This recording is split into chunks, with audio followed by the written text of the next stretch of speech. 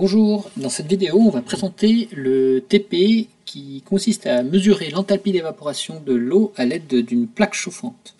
Donc, dans ce TP, vous disposez d'une plaque chauffante sur laquelle se trouve une casserole ou un récipient que l'on peut considérer comme calorifugé et dans lequel on va pouvoir mettre de l'eau à l'état liquide, donc une certaine masse petit m d'eau.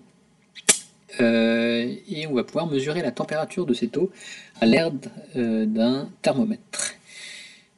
Donc l'objectif de ce TP, c'est de tracer une courbe de température au cours du temps, et donc la plaque chauffante va apporter une chaleur, une certaine quantité de chaleur Q à l'eau, et sur la courbe que l'on va tracer, on distinguera deux périodes principales. La première, la période 1, où la température de l'eau en fait va augmenter grâce à la chaleur qui est apportée par la plaque chauffante, et une seconde période où la température va rester constante et on va s'apercevoir que l'eau va commencer à bouillir. Donc une certaine masse d'eau va s'évaporer.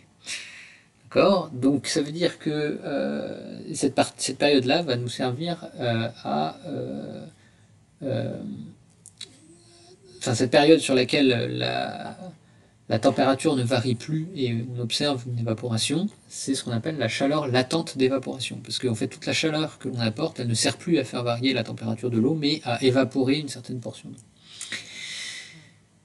Donc, au niveau du protocole expérimental, vous allez au départ peser la masse initiale d'eau que vous mettez dans le récipient, et puis à partir du moment où vous mettez la plaque chauffante sur un certain calibre, il ne faudra plus bouger, et vous allez périodiquement mesurer la température au cours du temps, de façon à tracer une courbe température en fonction de T, le temps.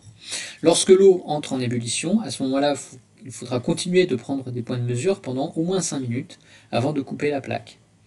Une fois que vous aurez terminé, vous pourrez peser la masse d'eau finale.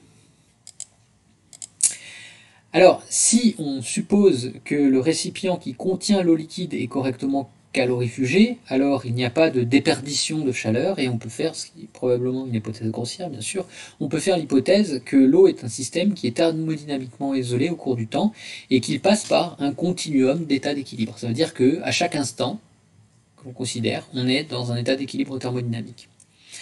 Dans un premier temps, donc, la chaleur apportée par la plaque est transmise à l'eau liquide et permet d'augmenter l'enthalpie de l'eau, et donc sa température, c'est ce qui correspond à la période P1.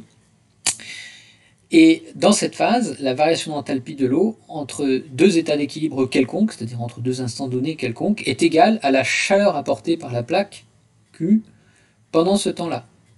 D'accord ? Donc ce qu'on peut symboliser par cette équation, la variation d'enthalpie, delta H, qui est l'enthalpie à l'instant 2 moins l'enthalpie à l'instant 1, elle est égale à la chaleur apportée par la plaque entre ces deux instants.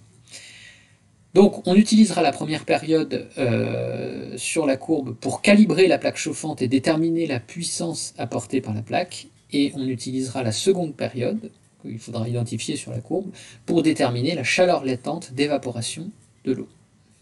Voilà.